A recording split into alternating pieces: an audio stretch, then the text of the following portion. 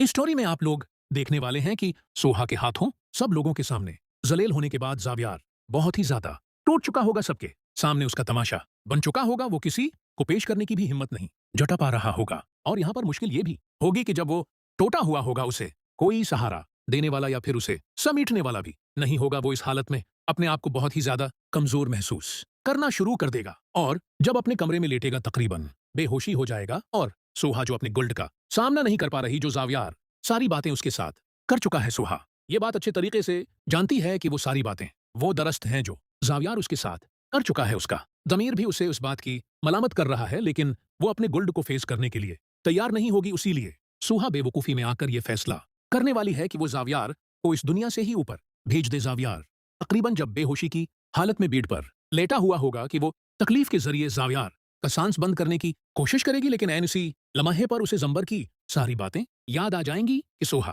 किस हद तक खुदगर्द है। जंबर ने सोहा को यही कहा था कि वजह सोहा को जानती थी तुम, वो सोहा तो हो ही नहीं। और ऐन लम्हे पर सोहा को इस बात का एहसास होने वाला है कि जंबर ने जो जो बातें कही थी और वो बिल्कुल ठीक कही थी। सोहा जावियार के साथ नफरत के मामले में बहुत ही ज्यादा आगे निकल चुकी है और जावियार को राफे की मौत का जिम्मेदार ठहरा कर उसे सजा देने के मामले में इतना आगे निकल चुकी है कि उस हद तक आगे जा चुकी है। कहा स्टोरी में आप लोग देखने वाले हैं कि सोहा के हाथों सबके सामने जलील होने के बाद जावियार मुकम्मल तौर पर टूट चुका होगा। उसकी आंखों में वही शख्स नजर आएगा जो कभी खुदाइतमाद और मजबूत था, मगर अब हालात ने उसे अंदर से खोखला कर दिया होगा।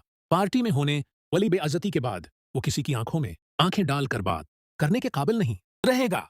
हर तरफ लोग इसी के बारे में सरगोशियां कर रहे होंगे और ये सब कुछ उसके दिल पर गहरे जख्म छोड़ चुका होगा। दूसरी तरफ सोहा भी सुकून में नहीं होगी। अगरचा उसने बदला लेने की कोशिश में जावियार को सबके सामने रसवा कर दिया होगा, लेकिन उसके दिल का बोझ कम होने के बजाय और बढ़ गया होगा। रात भर उसे जावियार की वो तमाम बातें याद आती रहेंगी जो उसने सच्चाई के साथ उसके सामने रखी थी। उसका जमीर बार बार उसे मलामत कर रहा होगा कि कहीं वो नफरत में हद से तो नहीं गुजर गई। इसी बेचैनी के आलम में जब सोहा जावियार के कमरे में दाखिल होगी तो वो उसे तकरीबन बेहोश हालत में बस्तर पर पड़ा देखेगी। जावियार की सांसें मध्यम होंगी और उसका चेहरा शदीद थकन और तकलीफ की तस्वीर बना हुआ होगा। एक लम्हे के लिए सोहा के दिल में यह ख्याल आएगा कि अगर आज जावियार उस दुनिया में ना रहे तो शायद उसके सारे दुख खत्म हो जाएं। नफरत और गुस्से के जेरे अक्सर वो एक इंतहाई खतरनाक कदम उठाने का सोचेगी, लेकिन जैसे ही वो जावियार के करीब बढ़ेगी अचानक उसे जंबर की वो तमाम बातें याद आने लगेंगी। जंबर ने उसे कहा था कि तुम वो सोहा नहीं रही जिसे मैं जानता था। नफरत ने तुम्हें बदल कर रख दिया है। ये अल्फाज सोहा के कानों में गूंजने लगेंगे, उसके हाथ कनपने लगेंगे और उसकी आंखों से आंसू बहने शुरू हो जाएंगे। इस लम्हे सोहा को पहली बार एहसास होगा कि वो राफिया की मौत का बदला लेने की जद में इतना आगे निकल आई है कि अब एक और जान